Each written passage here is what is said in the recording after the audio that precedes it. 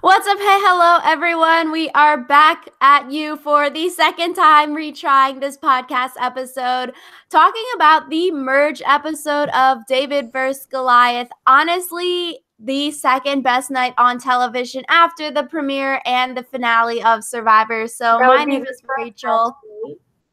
It would be third because it's after the They premiere. count as one and the same. They're both ranked as one. Okay, whatever makes you happy, Rachel. I'm Alyssa, and like we were talking about earlier, this merge episode was really good for both of us, and we were both really excited about this merge episode and like how it's gonna set up the rest of the season. Because like sometimes I think we see merge episodes and it's like the merge boot is like really obvious and it doesn't really like do anything for setting up the rest of the season. But this one, the merge boot was still kind of obvious, but it set up a lot of conflict for upcoming episodes, and I'm really excited to see how all that's going to play out. Yeah, we definitely learned a lot about different alliances this episode, different people on the tribes this episode, except for Davy. I was like, who is this on the island? I wish he got more screen time. He's always so funny. And I think we could see something big with an idol next week if the course is going to stay vote another David out. I think things could get thrown a wrench in their plans next week because I think someone like Davy or Carl, who we didn't see that much this episode in the merge, to be the one voted out or potentially targeted next week. So I think we're seeing a lot of good things. I wish Davy got more screen time. I like him. But, it's not an end-all be-all unless you are voted out. So... Yeah, I do think that not getting as much screen time during the merge episode probably isn't like the best thing for your odds in the game, but who knows? Yeah. Or you could be like Allison and you have a second coming during the merge episode. I think we also saw a lot of good things from Allison. She won individual immunity and she had a lot more talking scenes than she has had the entire pre-merge. So it will be interesting to see what the rest of Allison's story, like where it takes her, because she seems like she can strategize. She has a majority alliance right now. She won immunity. So intrigued on why she hasn't gotten a lot of screen time thus far. Yeah, so am I, especially because she seems like a pretty like nice person and good character. Like she's not one of those people where you're like, I understand why she hasn't gotten any screen time because she's so annoying or like so hard to listen to or whatever. Like whenever Allison was talking, I wanted to listen to her. So I was equally confused as to why she hasn't had as much screen time previously. Yeah, I think. I don't know. Idled out, but that's all like the stupid people looking at the edit and whatever. I'm like, I don't know, maybe an idol out, but I really don't see if Davy's playing an idol that they would target someone like Allison, especially because we haven't seen that much from her, maybe as a safe vote. But if you're going for a safe vote, they're just picking a female on the Goliath tribe that they think won't have an idol. Seems sort of backwards. Yeah, I don't see her getting idled out, but the fact that there's like a lot of idols currently in play as well as an idol nullifier in play kind of makes it hard to tell whether or not someone's going to get idled out. So question mark, question mark. Maybe we'll just see like Allison be like a 5th or 4th place winner, or not winner, placer, and like, yeah. Yo, if it were millennials versus Gen X, everyone's a winner. Everyone has participation trophies. Everyone doesn't lose is the whole entire rhetoric from everyone talking about the millennials tribe that season. So glad they are toning down the David versus Goliath references. Still happening though. Merch Feast happened like 2-3 minutes into the episode. Very exciting because it's always better when they just stick it in the front of the episode and they aren't going to play it out than have it happen like 7 or 8 minutes in right before the first commercial break. Like just put it in. We don't need to see them all dilly-dallying doing stuff. Just stick them in the merge feast. Yeah, I think that like whenever they like use that first 8 minutes to like set up dynamics within the like unmerged tribes, it's like it doesn't really matter anymore because they're all gonna merge. Yeah, like So it's a waste of your screen time, I feel like. Merch Feast also, we hear Gabby talking a lot about, okay, there is probably a clue here in like Survivor's Past. A lot of reward challenges might have clues, different challenges have clues, and you always want to be on the lookout for a clue. And I was like, okay, this is really interesting. Like, is Gabby going to find something? Because she had like a minute and a half stint about talking about clues and how she's looking in napkins and looking for misplaced things. And I'm like, okay, good for Gabby. Like, I would be totally down seeing her find something. And then they kept panning to like the intro little square that says like you have everything you need for the merge right here, the palm tree little emblem. And then someone on Reddit confuses me, but someone on Reddit posted this picture of like that little emblem thing from the merge feast. And then when you see like people walking on the beach, you have that exact same palm tree on the beach. So they kept panning to that weird emblem on the intro of the merge because potentially there could be some kind of advantage, immunity idol, whatever, under that palm tree. So if you do go back and watch the episode, you can definitely see like that curvy palm tree is definitely very distinctive on their beach. yeah, and I think that that's one of those things also where a lot of times people kind of like that's something that we can see because like the editing very clearly showed us like this curvy palm tree, and we've seen the palm tree on the beach before, whereas like for people who only might have like glanced at the basket, that might not, it might just be a generic looking palm tree to them.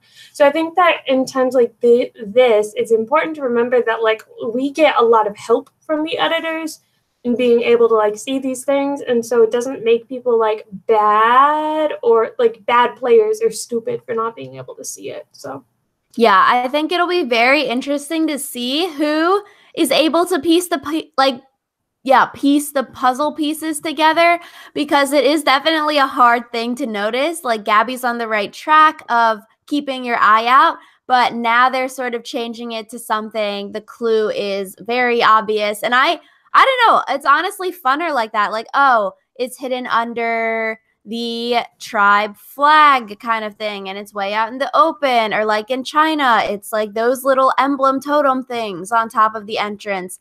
So I think when it's more obvious is more interesting, but then also people potentially aren't looking for it because they aren't trained to look for it. It doesn't happen as much as like finding a clue in your bread for the immunity idol.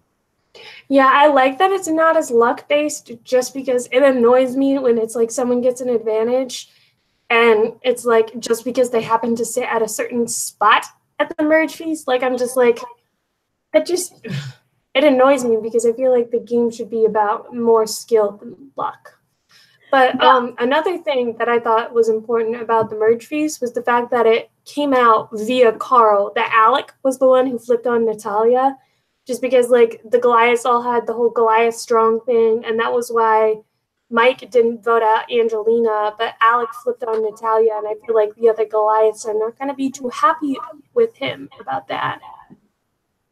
Yeah, I'm also glad they don't put it in like the napkins, because then it's too easy, and then you get a stupid person with the thing just because they accidentally sat in like the third one from the left or the whatever.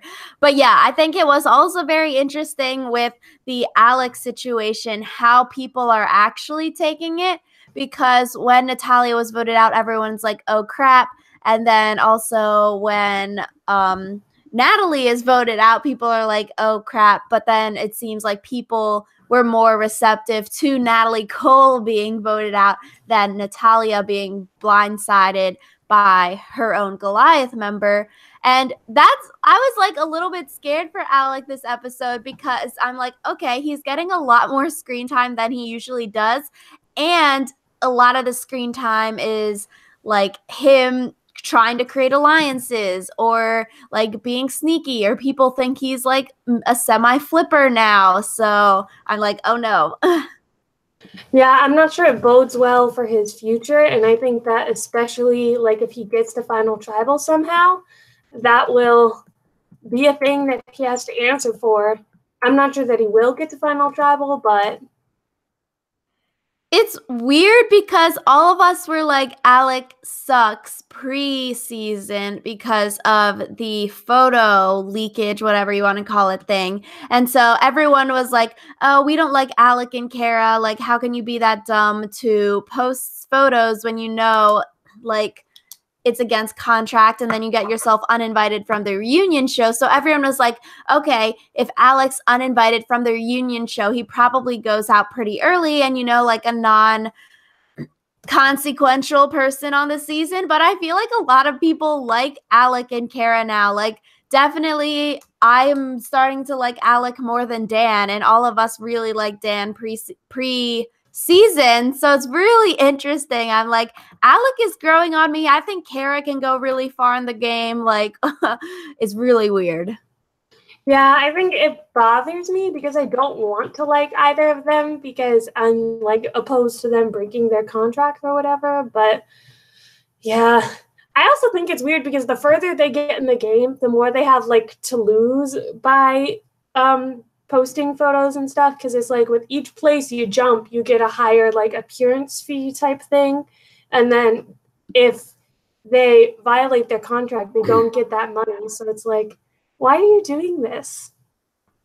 Yeah, and I don't know, they don't seem necessarily like really not intelligent. I feel like Alec is a little scatterbrained, maybe. He's doing a lot right at the merge, starting very strong, which I was like, that might not be that good. But it seems like, you know, Alec is really in a good position after this episode. We see him talking with the majority of the Goliaths. So I guess that's like 6 out of the 7 people, but like he is seen talking with the Dan, John, Angelina, Kara group, that group of the Goliaths.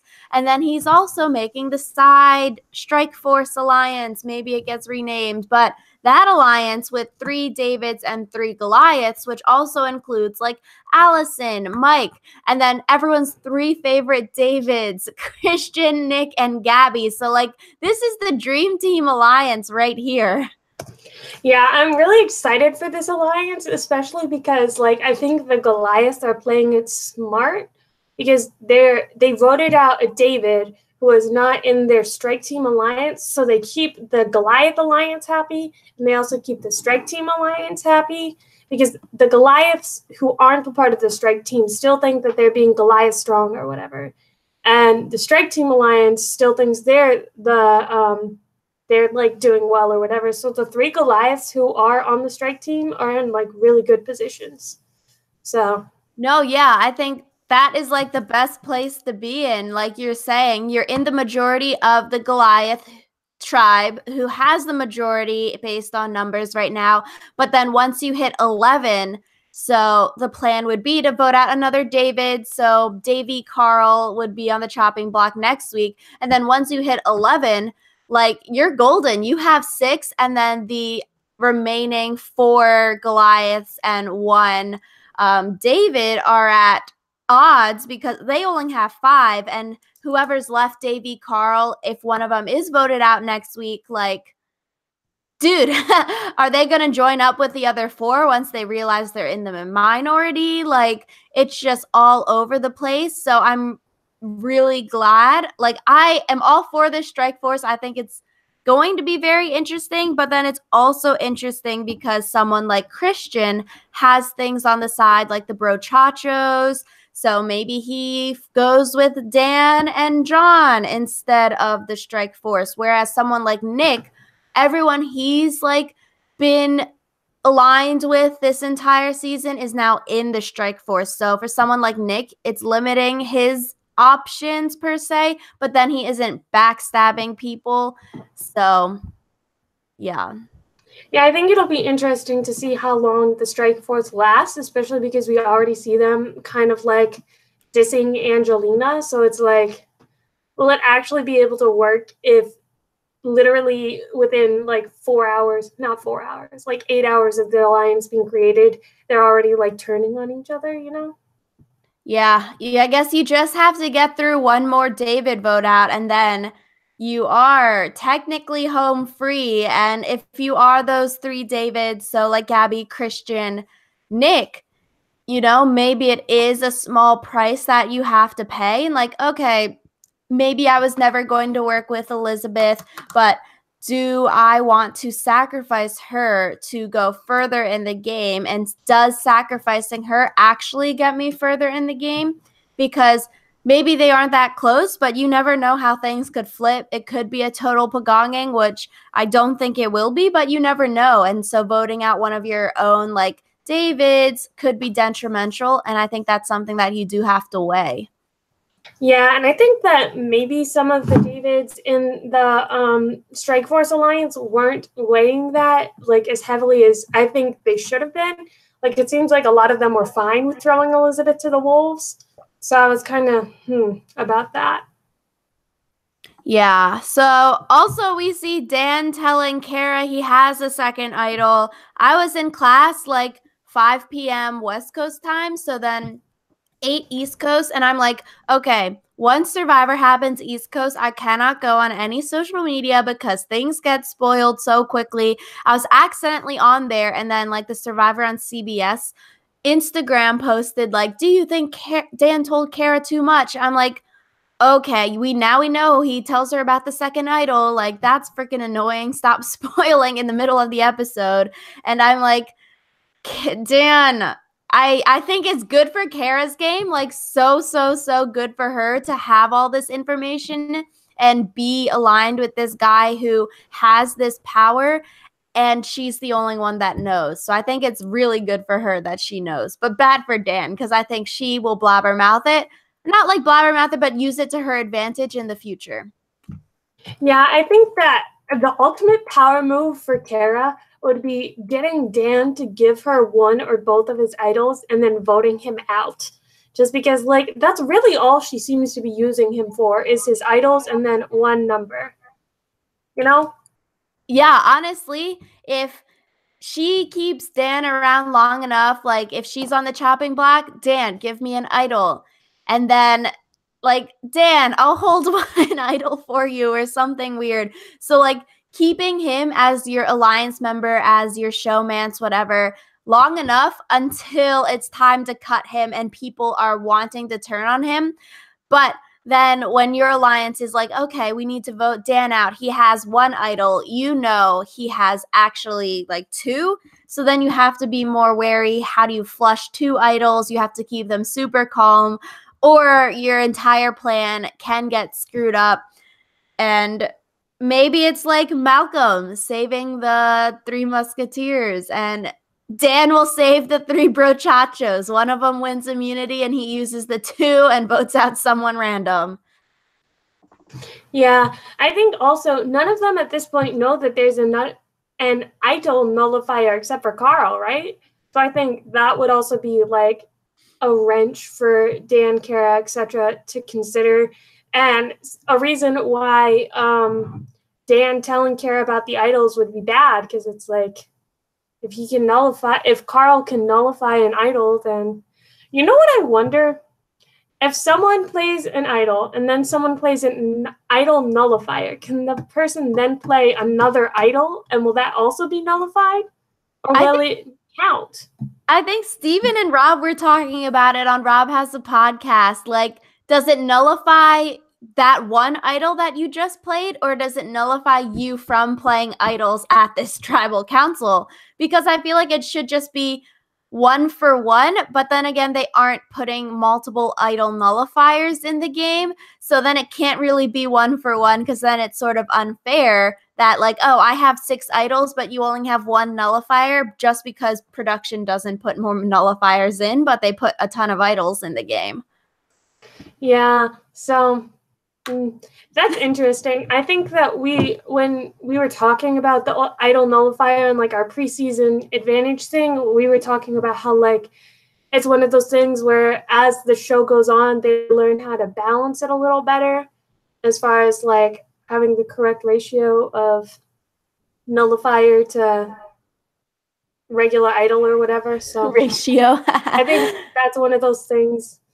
Yeah, that's one of those things that maybe next season, if they have idols and idol nullifiers, they'll change a little. Yeah, honestly, I would love to see like Dan like working with Kara, saving her with idols, or tricks by Kara, or voted out with 2 idols, or idol nullified. I think all those options would be really fun to watch and like cool to watch on TV. But that means we need Carl to make it past next week, which I feel like Carl could be the target, but if Davy and Carl are like really close and they want to try to save each other, maybe Davy will try to pull a stint where like he acts super annoying to try to get the vote to change to him. Then he uses the idol or something like that. But then it's like, why risk yourself kind of thing? But then if you are on the bottom, you sort of do want to save your other fellow bottom feeders. I mean, he could also just play the idol for Carl, which would make him look even better as far as the whole, like, when you play an idol for someone else, that makes you look very selfless and is good for the final tribal. So true. I would also feel very stingy as like Davy or Carl because you're maybe on the bottom kind of thing or maybe you don't think you're on the bottom. They also both have like other things going on. They're close with Alec, whatever. So maybe they don't think they're on the bottom, but if you aren't sure of your place in the tribe, especially with 12 people, I would sort of be wary of giving my idol to even my number 1 alliance member at 12. yeah, I think it might be one of those things where I'd probably wait until like at least 10 to start playing idols. So yeah, because it's just too risky, I feel like. So I think, yeah, Alec had a good episode. Like I said, I was sort of nervous he was about to get voted out because we haven't seen that much from him in terms of screen time in the past few episodes since they didn't go to tribal.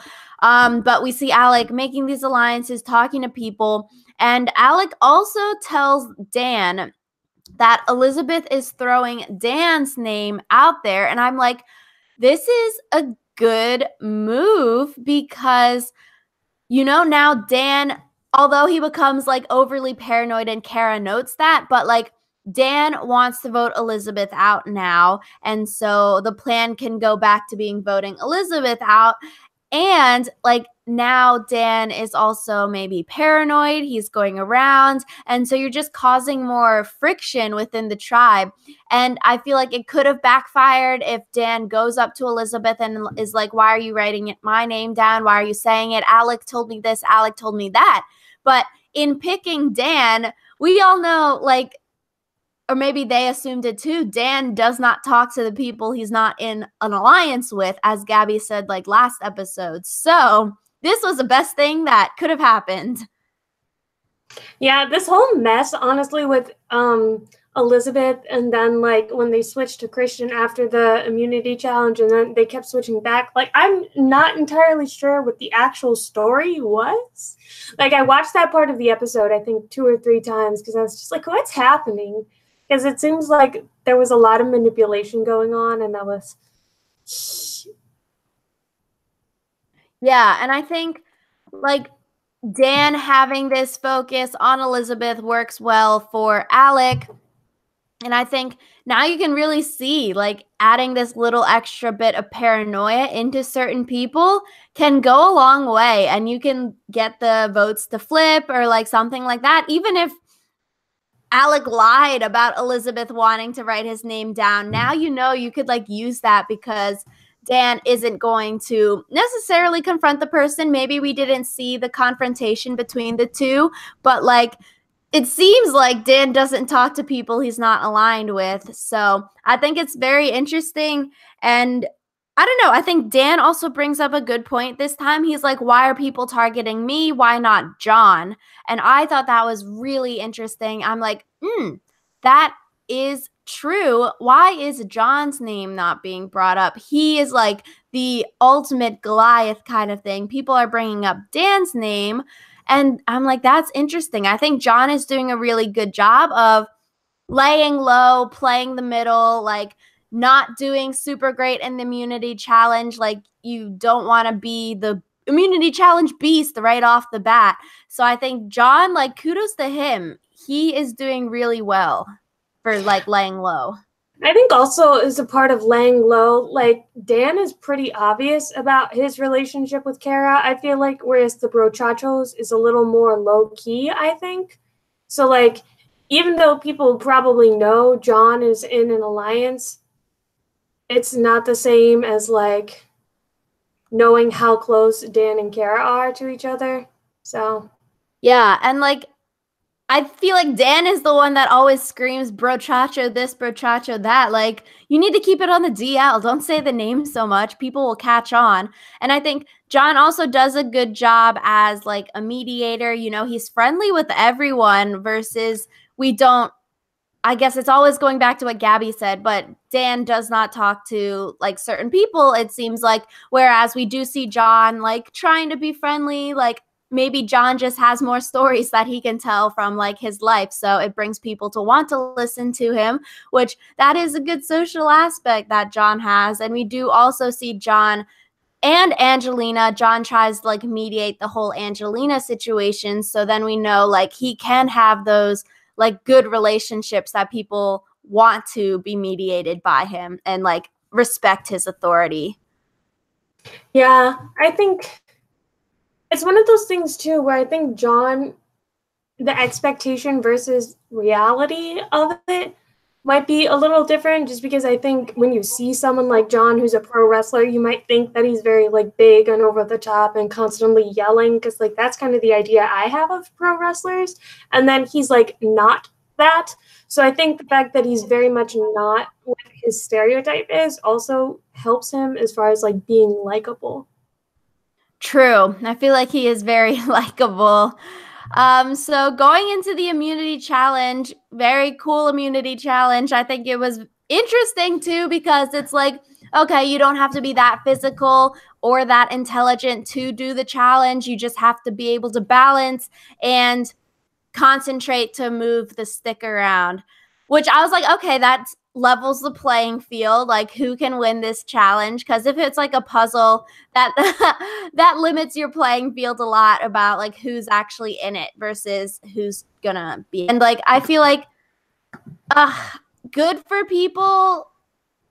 I don't know. I think always at the merge is difficult because you have to balance like being a beast at the challenges and getting a target on your back for being like super competitive and good at immunity challenges versus winning when you need it. Because like acting weak when you do need a win would not be the right move. But like if you don't need the win to secure your place in the game, then you don't necessarily need to win and look good and be top 3 in the immunity challenge.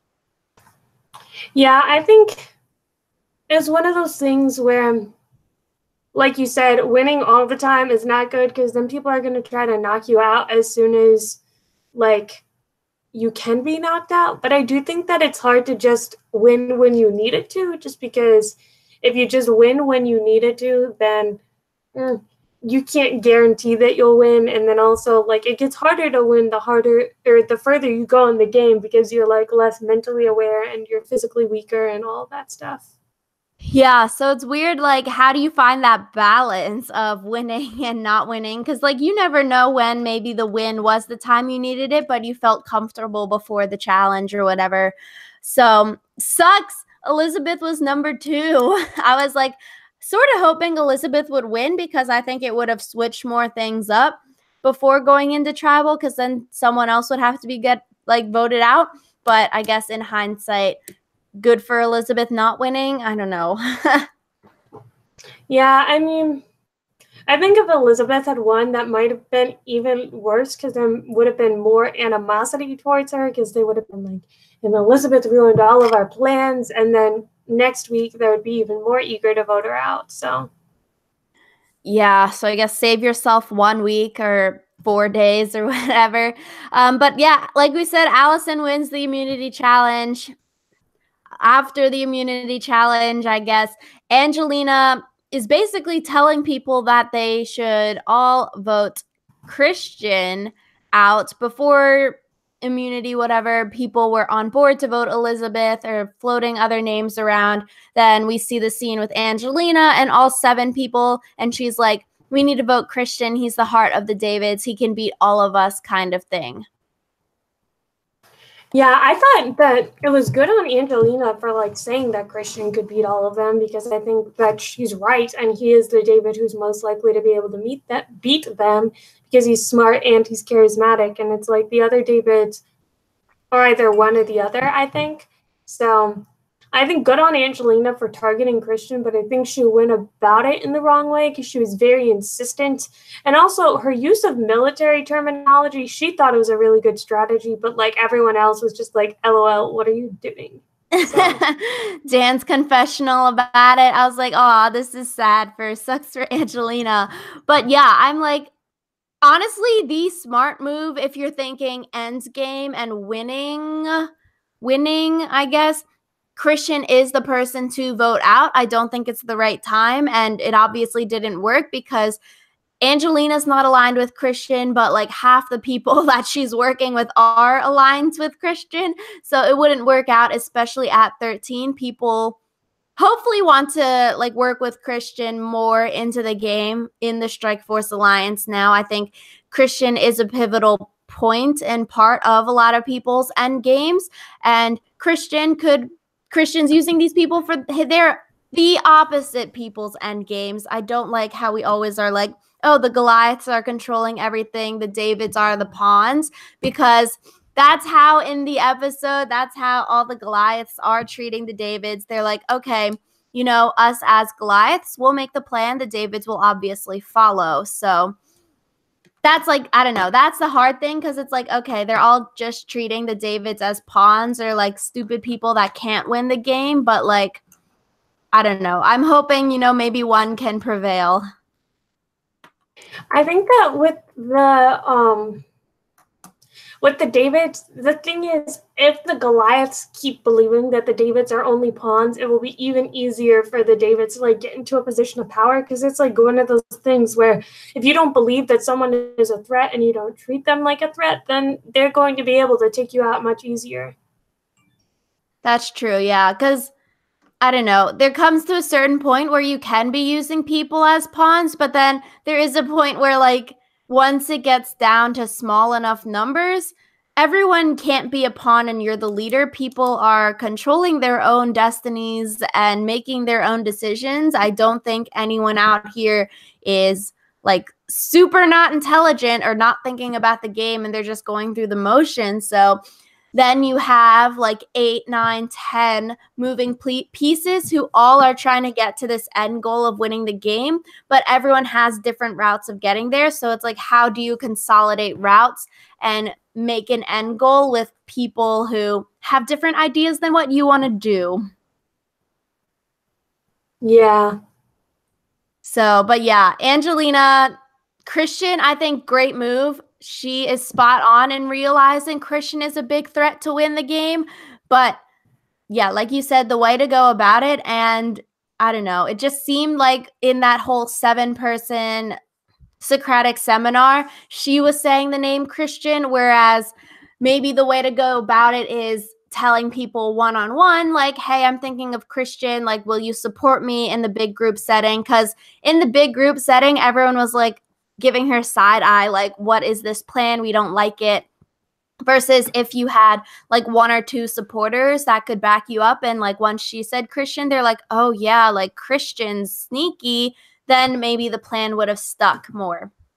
I think also it's just one of those things where Christian is a pretty likable guy, and so like people's knee jerk is not is not to want to vote him out. So I think that she should have like compiled like a better argument of what he did, other than just like he's smart, you know?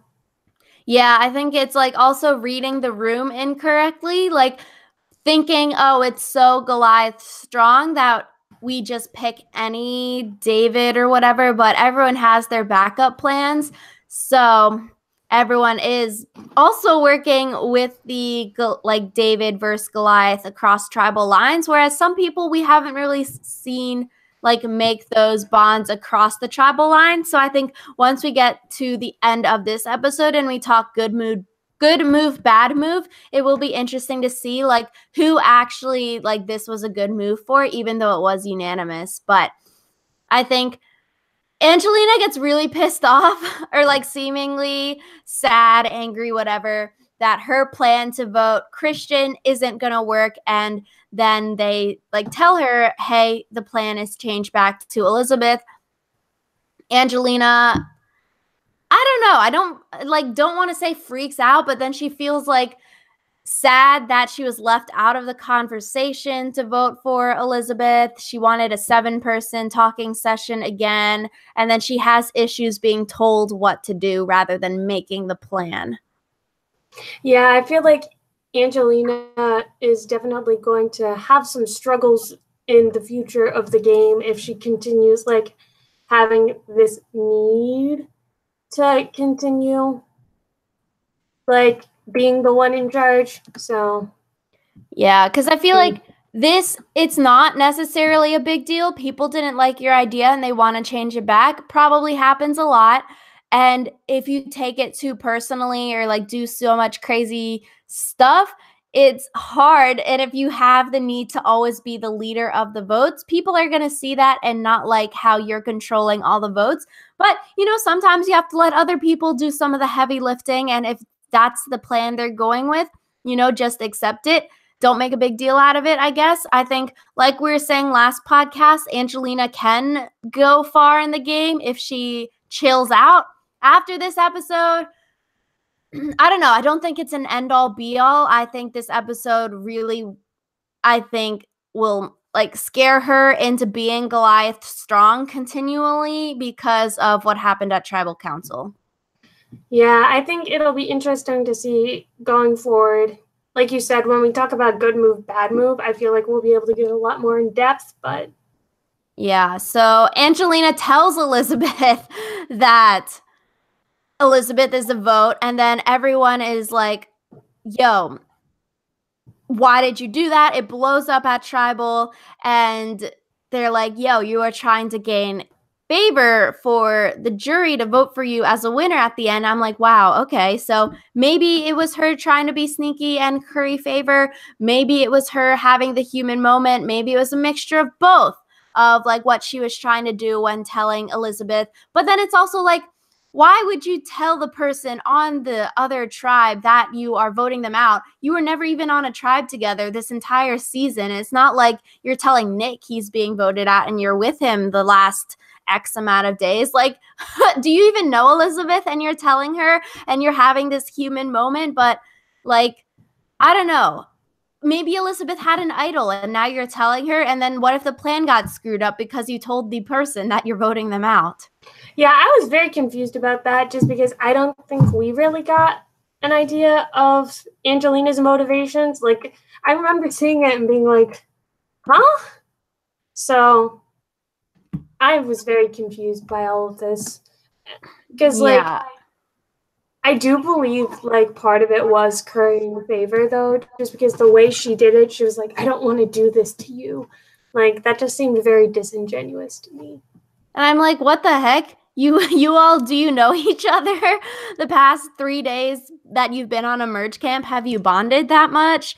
I don't know. It was sort of confusing too. And I think Elizabeth and Gabby, I would really be interested in like, was the plan always to vote Elizabeth out and all the Davids were on board with voting Elizabeth out as like the sacrificial lamb so all the Davids can get further in the game and like they're willing to sacrifice Elizabeth so like the strike force can happen or so like it's not my name, I don't care, let me vote Elizabeth out kind of thing. And or if like Gabby was actually going along with the Elizabeth blow up tribal council, or if Gabby was like it's always been Elizabeth, but I want Elizabeth to blow up at Tribal because now it really paints a big target on Angelina's back because people seem pissed off at Tribal, and I think it opens like the can of worms for next episode because people think Angelina's sketch and all that stuff that came out at Tribal. You still get your way with Elizabeth going home and you're not going home,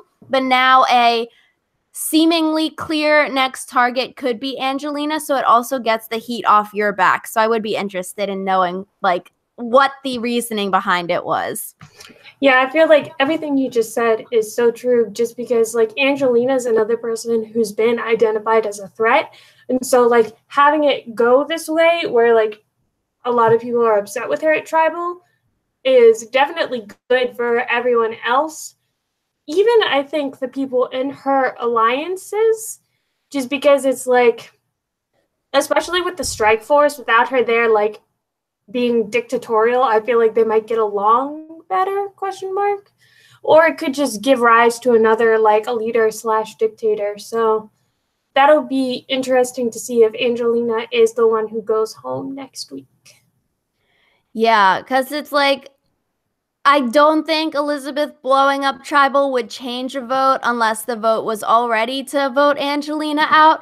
But like we said last week, it would be so stupid to lose your Goliath 7-6 majority because like it just wouldn't make any sense based on the numbers. You want to keep it and then whittle down the Davids enough, and then you can like intermingle and vote out Goliath. So it really wouldn't make sense to vote Angelina out. So I'm glad they kept it Elizabeth for like numbers, and they're actually thinking about moving forward in this game.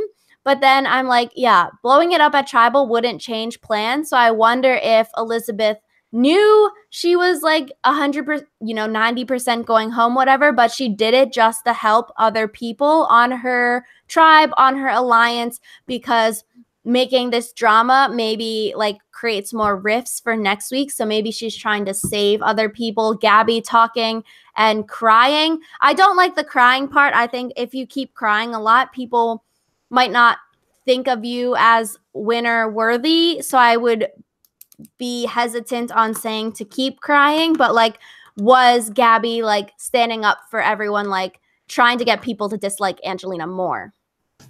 I think that kind of gives them maybe a little too much credit. I think that Elizabeth was just pissed off that she was being voted out. I think Gabby cries at like the drop of a hat. So like, I don't know about her. Like, I like Gabby, but also sometimes I'm just like, why are you crying right now? Yeah, so I think good move, bad move. It's difficult because I feel like in different aspects, everyone thinks this is a good move for themselves. Everyone voted unanimously, but I think for some people, it's a better move than others. I think for the 6 people in the strike force, so the 3 Davids, 3 Goliaths, good move unless something flips next week and one of the Davids of the strike force suddenly happens to get voted out.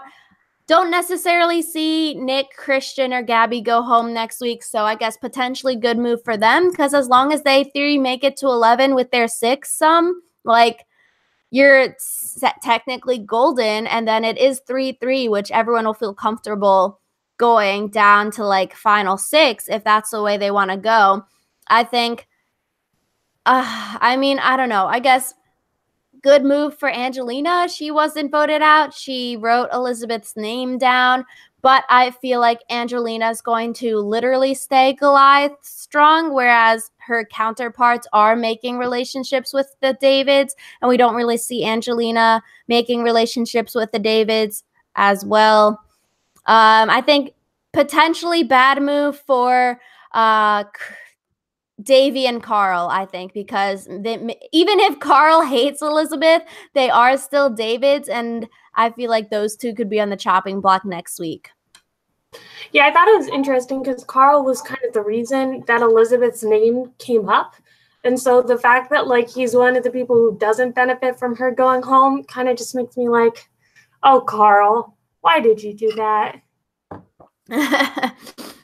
Just because, Yeah, like, I think personally he'll be a lot happier because she won't be, like, annoying him or whatever. But I think that game-wise, he doesn't really have a lot of major allies. And, yeah, I think he's not going to get much further.